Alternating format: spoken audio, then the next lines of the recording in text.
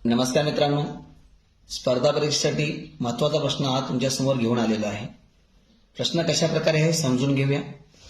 एका संख्येला 24 ने भागण्याऐवजी 16 ने भागल्यास भागाकार 10 ने वाढतो, तर ती संख्या कोणती? आता या ठिकाणी मित्रांनो मुलं काय करतात, प्रत्येक पर्याय ठेवून पाहतात। प्रत्येक पर्यायात 24 ने भागतात, पुन्हा 16 ने भागतात आणि कुठं भागाकार मित्रांनो 10 ने वाढतो ते पाहतात।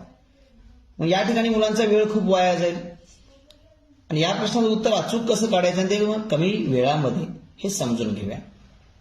मित्रांनो, एक संख्या आहे, तिला 24 ने भागायचं होतं, पण 16 ने भागलं की भागाकार 10 ने वाढतो। मग अशी संख्या काढायची आहे तर साधा फॉर्म्युला मित्रांनो काय करायचं बघा।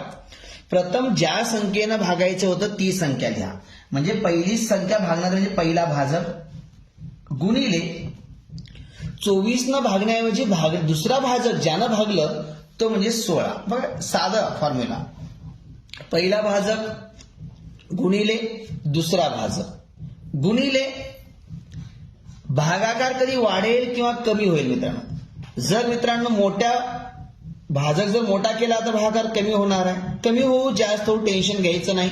जेवढा भागाकार वाढला ती संख्या घ्या। घेतली? परत सांगतो, पहिला भाजक 24 चुकून ज्या संख्येनं भागलं मित्रांनो ते 16 संख्या दुसरा भाजक गुणिले तो भागाकारातला वाढणारा कमी किंवा कमी होणारा फरक। या ठिकाणी 10 ने वाढले म्हणून 10 घेतलं, भागिले शेवटी कशानं भागायचं हे महत्वाचं आहे आणि खूप वेळ वाचतो मित्रांनो आपला। काय करायचं, हे जे दोन भाजक आहेत ना मित्रांनो, पहिला आणि दुसरा भाजक, या दोघांना फरक बघायचा आहे। फरक म्हणजे दोघातली वजाबाकी। 24 आणि 16 मधला फरक मित्रांनो 8 येतो। बस हा फॉर्म्युला आपला झाला। पहिला भाजक गुणिले दुसरा भाजक गुणिले वाढणारा किंवा कमी होणारा मित्रांनो भागाकार भागिले दोन भाजकातील फरक। आता 8 न मित्रांनो कुणाला भागणार, 24 ला का 16 ला का 10 ला, तुम्ही ठरवा।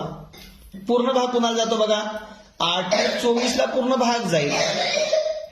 8 एका 8 न 24 ला भागा, 8 त्रिक 24, खाली 1 आला म्हणजे अंशातल्या सर्व संख्याचा आता गुणाकार करायला आपण निवांत झालो।